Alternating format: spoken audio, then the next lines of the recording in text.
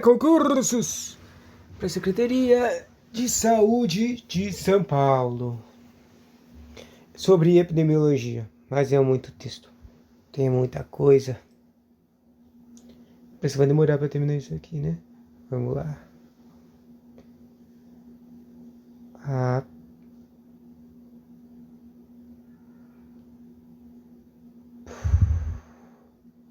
Isso aqui. Daí deixa eu usar. Isso aqui. Esse aqui, o trequinho de linhas. Ok. Tá certo. Caneta. Tirar o desenho. Tá. Epidemiologia, indicadores do nível de saúde da população. Sistema de informação no SUS e em saúde e promoção, saúde e um monte de coisa. Isso aqui provavelmente é uns 30 páginas, né? Tá. A epidemiologia. Daí tem uns númerozinhos aqui, que provavelmente eu não tenho nem ideia da questão. É a ciência que estuda os padrões de ocorrência das doenças de populações humanas, os três determinantes nesses padrões. Daí vai ter um monte de definição aqui. Enquanto a clínica... Ah, que saco esse carinha ficar mexendo a posição.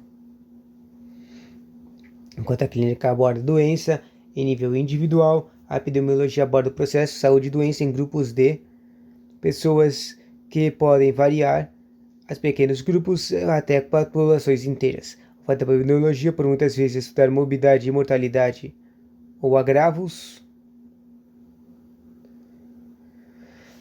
da saúde deve ser simplesmente as limitações metodológicas da definição à saúde. O uso da epidemiologia por algum tempo prevaleceu a ideia de que a epidemiologia se restringia ao estudo das epidemiologias das doenças transmissíveis. Hoje é conhecido como a epidemiologia trata de qualquer evento relacionado à saúde ou doença da população. Suas aplicações variam desde a descrição de condições da população, da investigação dos fatores determinantes de doenças, da avaliação do impacto das ações para alterar a situação da saúde até a avaliação da utilidade dos serviços de saúde, incluindo custos de assistência. Dessa forma, a epidemiologia contribui para o melhor entendimento da saúde da população, partindo do conhecimento dos fatores que determinam e provendo, consequentemente, subsídios para a prevenção das doenças. Saúde e doença. Saúde e doença como um processo binário, ou seja,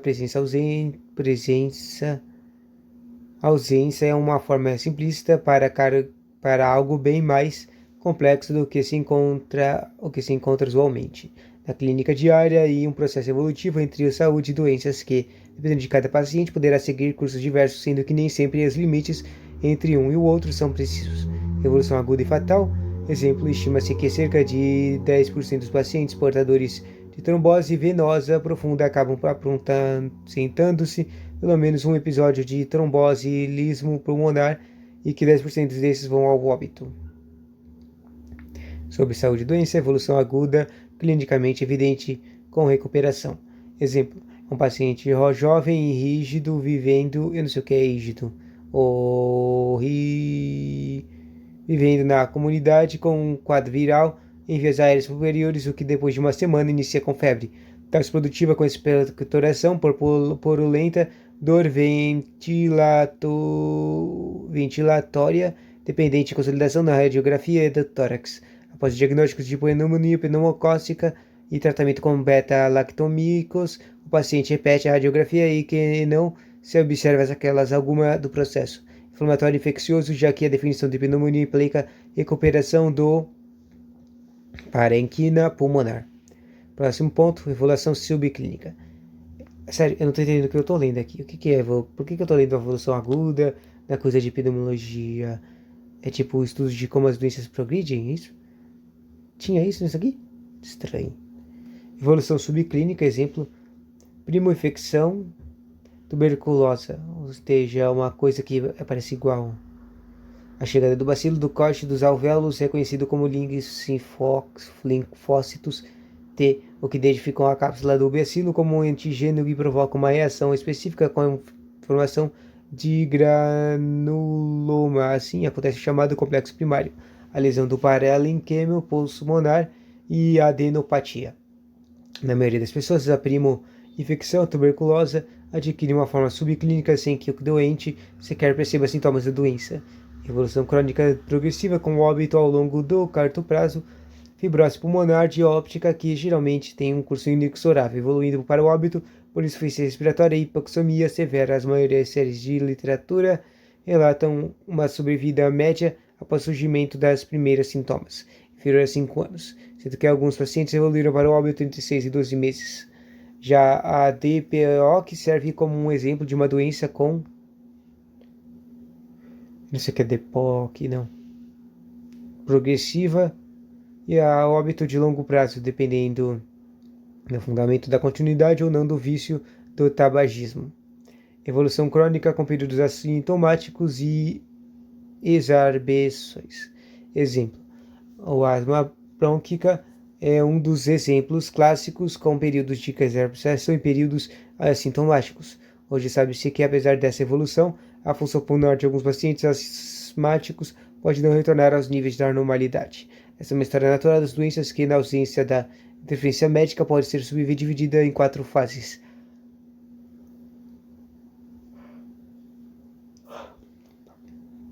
Fase inicial ou da suscetibilidade, fase de patológica pré-clínica, fase clínica e, fim, fase de capacidade residual. Explicando cada uma, né? A fase inicial, ainda que não há doença, mas sim condições para que a favorecem, dependendo da existência de fatores de risco ou de proteção. Alguns indivíduos estarão mais ou menos propensos a determinadas doenças do que outros. Por exemplo, crianças que vivem como fumantes estão em maior risco de hospitalizações por IRAS no primeiro ano de vida do que filhos de mães não fumantes. Na fase patológica pré-clínica, a doença não é evidente. Mas já há alterações patológicas, como acontece no movimento ciliar da árvore brônquica, reduzindo o fumo e contribuindo posteriormente para o aparecimento da DPOQ, que com certeza é uma doença aqui respiratória, né? Daí, a fase clínica corresponde ao período da doença com sintomas ainda no exemplo da DPOC. A fase clínica varia desde os primeiros sinais de bronquite crônica, como aumento de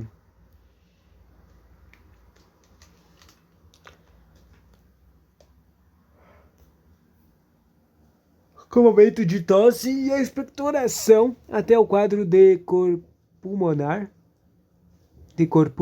crônico no fase final da doença. Por último, se a doença não evolui para a morte e nem foi curada, ocorrem sequelas da mesma. Ou seja, aquele paciente que iniciou fumando, posteriormente desenvolveu um quadro de DPOC, evoluiu para insuficiência respiratória devido à hipoxemia e passar a apresentar severa limitação funcional na fase da incapacidade residual. Agora deixa eu apagar isso aqui. Vamos lá. Zup, zup. E agora apagar essa parte aqui de cima também. Zip. E zip, e zip, zip, zip, zip, zip, zip. E coloca uma caneta aqui.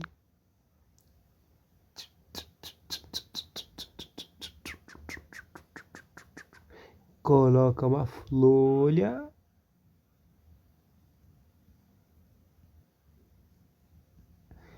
Ok. E um símbolo da saúde. Sei lá, eu não sei o símbolo da saúde. Vou colocar uma cruzinha aqui. Cruz. Pronto. Legal. Tá.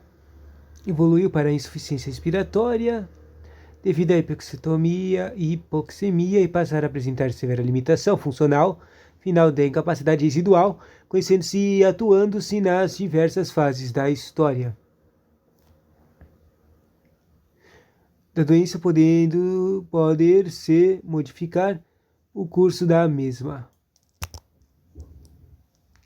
da mesma. Isso envolve desde as ações de prevenção consideradas primárias até as terciárias para combater a fase da incapacidade residual.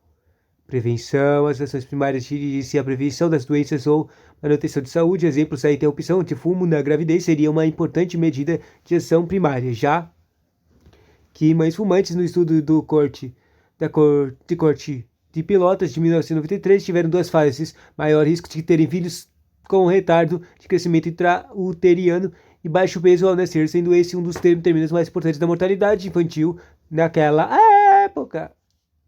E também em outras épocas, né? Um monte de épocas. Após a instalação do período clínico ou patológico das doenças, as ações secundárias visam a fazê-lo regredir, ou seja, uma cura ou impedir a progressão para o óbito ou evitar o surgimento de sequelas. Exemplo: o tratamento com RHC para a tuberculose proporciona cerca de 100% de cura da doença e impede sequelas importantes como fibrose pulmonar ou crônicas de doenças sem a resposta ao tratamento de primeira linha e a transmissão de doença para o resto da população. A prevenção através das doenças terciárias procura minimizar os danos já ocorridos com as doenças. Exemplos: a bola fúngica, que usualmente é um resíduo de tuberculose, pode provocar hemotipises severas, tem na cirurgia seu tratamento definitivo. Causalidade em epidemiologia.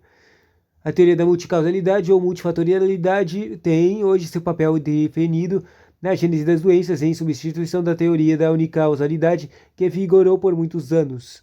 A grande maioria das doenças advém de uma combinação de fatores que interagem entre si e acabam desempenhando importante papel na determinação das mesmas.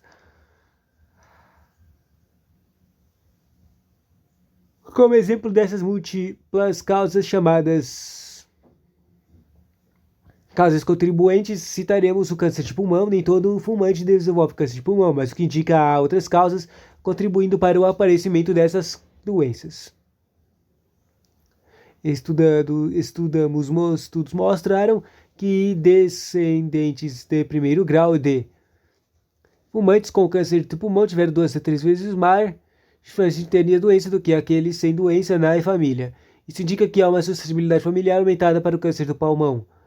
Na ativação dos oncogenes dominantes de inativação, os oncogenes supressores ou recessivos são lesões que têm sido encontradas no DNA de células do carcinoma brônquico e que reforçam o papel dos determinantes genéticos nessas doenças.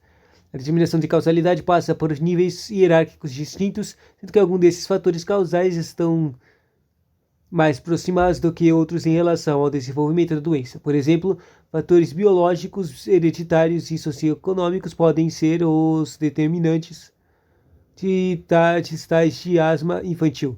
São fatores da distância que, através de sua atuação em outros fatores, podem contribuir para o aparecimento da doença.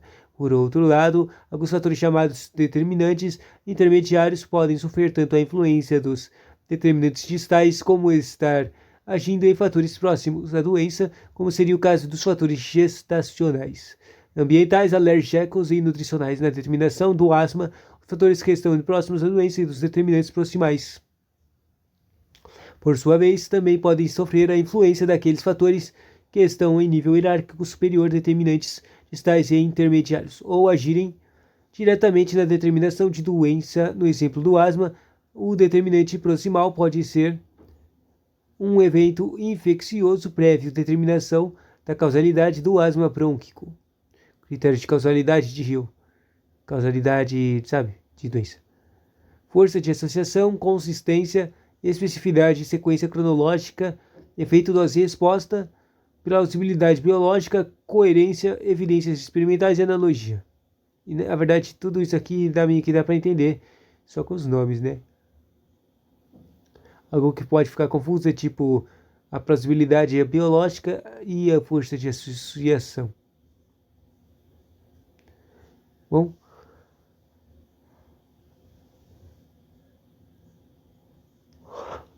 somente os estudos experimentais estabelecem definitivamente a causalidade, porém a maioria das associações encontradas nos estudos epidemiológicos não é causal. O quadro mostra os 9 critérios para estabelecer a causalidade, segundo esse trabalho clássico de um cara chamado Sir Altenbredeford Hill. Força de associação e magnitude: quanto mais elevado a medida do efeito, maior a plausibilidade de que a relação seja causal. Por exemplo, o estudo de Malcolm sobre fumo em adolescentes mostrou que a força de associação entre o fumo do adolescente e a presença do fumo no grau de amigos foi de magnitude de 17 vezes, ou seja, adolescentes com 3 ou mais amigos fumando têm 17 vezes maior risco de serem fumantes do que aqueles que têm amigos fumantes. A consistência da associação. A associação também é observada em estudos realizados em outras populações, utilizando diferentes metodologias. É possível que, simplesmente por chance, tenha sido encontrada determinada associação. Se as associações encontradas foram consequências do caso, estudos posteriores não deverão detectar os mesmos resultados com essas mesmas associações. Um exemplo é a maioria, se não a totalidade dos estudos sobre câncer de pulmão, detectou o fumo como um dos principais fatores associados a essa doença. A especificidade, a exposição está especificamente associada a um tipo de doença, e não a vários tipos. Esse é o tipo de critério que pode ser questionável. Outro exemplo, a poeira da sílica é a formação de múltiplos nódulos fibrosos no pulmão. Cria a doença de silicose. Se não deu para entender, é porque eu também não tinha entendido, mas a coisa está colada aqui, então acabou lendo sem querer. Basicamente, o primeiro foi os estudos posteriores não deverão detectar os mesmos resultados. Isso quer dizer, é a associação. Primeiro foi a associação, daí uma coisa está associada à outra, e os segundos não vai ter os mesmos resultados. Depois teve a especificidade, que é exposição de alguma coisa específica. No caso aqui ele falou de poeira. Depois agora está falando de sequência cronológica, ou temporalidade. Vamos lá. O treco de sequência cronológica e temporalidade, a causa precede o efeito. A exposição do fator de risco antecede o aparecimento da doença e é compatível com o respectivo período de incubação. Nem sempre é fácil estabelecer a sequência cronológica nos estudos realizados quando o período de latência é longo, logo entre a exposição e a doença. Exemplo, nos países desenvolvidos, a prevalência de fumo aumentou significativamente durante a primeira metade do século, mas houve um lapso de vários anos até detectar o aumento do número de mortes por câncer de pulmão. No EUA, por exemplo, o consumo médio diário de cigarros em adultos jovens aumentou de 1 em 1910 para 4 em 1930 e 10 em 1950. Aumentou muito, né? Sendo que aumentou de mortalidade ocorreu após várias décadas. Porque, basicamente, a coisa do fumo de mortalidade que falam aqui, eu não sei se vai ter nesse texto também, é que, basicamente, quanto mais cigarros vive toma e quanto mais tempo tá tomando, mais cedo você vai morrer. É basicamente isso, ou seja, os caras ficam aumentando. Daí só descobriu a mortalidade disso depois que um monte de gente morreu por causa dessas ações. Ou seja, lá da temporalidade. Tipo, a quantidade de pessoas que morreram com uma idade foi muito maior do que devia. Bom, padrão semelhante foi ocorrendo na China. Olha, onde é que estava aqui o texto? Era só ler mais um pouco. Particularmente se no sexo masculino, só que com um intervalo de tempo de 40 anos. O consumo médio diário de cigarros nos homens era 1952 a 4. Depois, em 1972, 20 anos depois, já tinha dobrado para 10. As estimativas, portanto, são de que 10 milhões dos homens chineses, hoje com idade de 0 a 29 anos, morrerão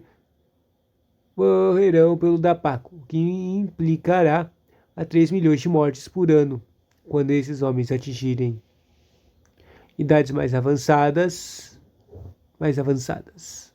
Efeito dose-resposta, o que é isso?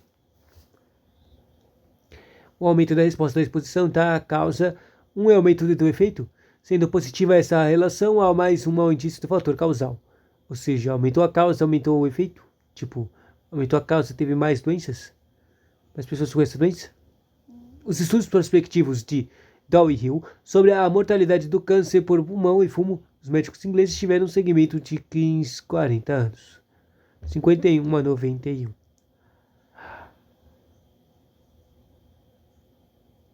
Caraca, eu não consigo parar de bocejar. As primeiras publicações por autores já mostravam o efeito dose-resposta do fumo da mortalidade por câncer de pulmão.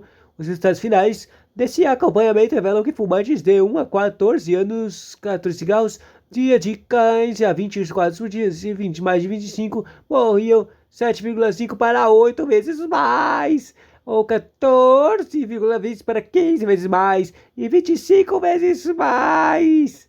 Caraca, que dobrezão! Mais do que os não fumantes, respectivamente. Ou seja, quanto mais você fumar, mais rápido morre. Plausibilidade biológica, essa associação é consistente com outros conhecimentos. É preciso alguma coerência entre o conhecimento existente e os novos achados. A associação entre fumo passivos e câncer de pulmão é um dos exemplos da possibilidade biológica. Carcinogênios de tabaco têm sido encontrados no sangue e na urina de não fumantes expostos ao fumo passivo. O que é isso? A associação entre o risco de câncer de pulmão em não fumantes e o número de cigarros fumados e anos de exposição do fumante é diretamente proporcional ao efeito da resposta. Coerência agora. Os achados devem ser coerentes com as transcendências temporais, padrões geográficos, distribuição por sexo, estudos em animais, etc. Evidências experimentais agora é a mudança de exposição que resultam em mudanças da incidência da doença. Exemplo, sabe-se que os alergênios inalatórios, como poeira, podem ser promotores de indutores ou desencadeantes de asma e, portanto, o afastamento do paciente asmático desses alergênios é capaz de alterar o hiperresponsividade de vias aéreas, a incidência da doença ou a precipitação da crise. Agora eu acho que esse é o último, né? Analogia. Analogia observado é análogo. Observado é análogo ao que se sabe sobre outra doença. Ou exposição. Exemplo, é bem reconhecido o fato de que a imunossupressão causa várias doenças. Portanto, explica-se a forte associação entre a AIDS e a tuberculose, já que em ambas a imunibilidade está diminuída. Raramente é possível comprovar as 9 critérios para uma determinada associação. A pergunta-chave está nessa questão de causalidade é a seguinte: os achados encontrados indicam causalidade ou apenas associação? A critério de temporalidade tem dúvidas.